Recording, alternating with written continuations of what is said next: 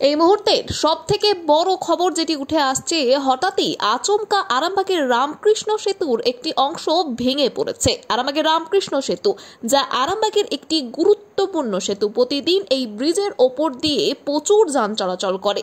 হঠাৎই আজ রাতে সেই ব্রিজেরই গার্ডওয়ালের একটি অংশ ভেঙে পড়ে বিপত্তি সৃষ্টি হয়েছে।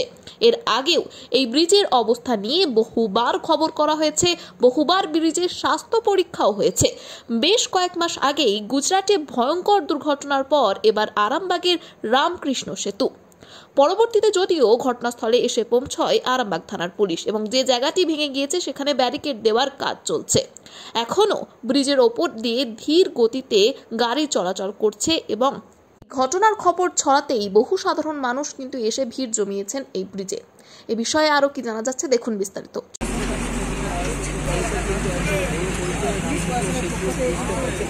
আরামবাগ যাওয়ার পথে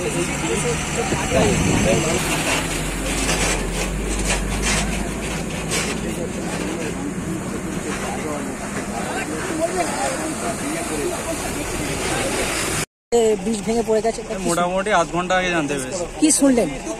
দেখলাম যে এখানে ব্রিজটা ভেঙে পড়ে গেছে। আমি রাত্রেবেলা কাজ থেকে বাড়ি যাচ্ছিলাম, আচ্ছা, দেখলাম ব্রিজটা ভেঙে পড়ে আছে। কি পুলিশ এসছে? হ্যাঁ, পুলিশ এসছে সঙ্গে সঙ্গে। গার্ডওয়াল দিচ্ছে লোহা? হ্যাঁ, গার্ডওয়াল দিচ্ছে এখন। কতটা আতঙ্কে রয়েছেন? এই ব্রিজ কি কতটা সুরক্ষিত বা কতটা?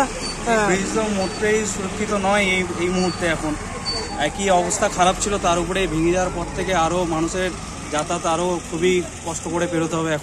এখন কি যান চলাচল হচ্ছে? যান চলাচল এখন পুলিশ আছে, ওনারা করছেন এখন যান চলাচল। কি নাম দাদা আপনার? আমার নাম চন্দন। কোথায় বাড়ি? কালীপুর। বললাম বলতে আমি এইমাত্র জানতে পারলাম, বাড়িতে ঢুকেছি, দিয়ে শোনা গেল যে ব্রিজ ভেঙে গেছে। কতটা আতঙ্কিত আছেন?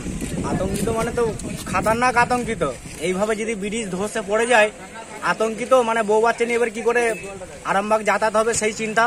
কিন্তু প্রশাসনের পক্ষ থেকে বারবার বলা হয়েছে যে ব্রিজ নাকি সুস্থ আছে, ব্রিজের প্রায় সময় দেখা যায় স্বাস্থ্য পরীক্ষা করা হয়। দিক দিয়ে এখানে সুযোগ সুবিধা মানে নাই। এখানে এই বর্ষাকালে এই ব্রিজের উপর যা ওয়েট দেওয়া হচ্ছে, এমনি ব্রিজ ধসে পড়ে যাবে।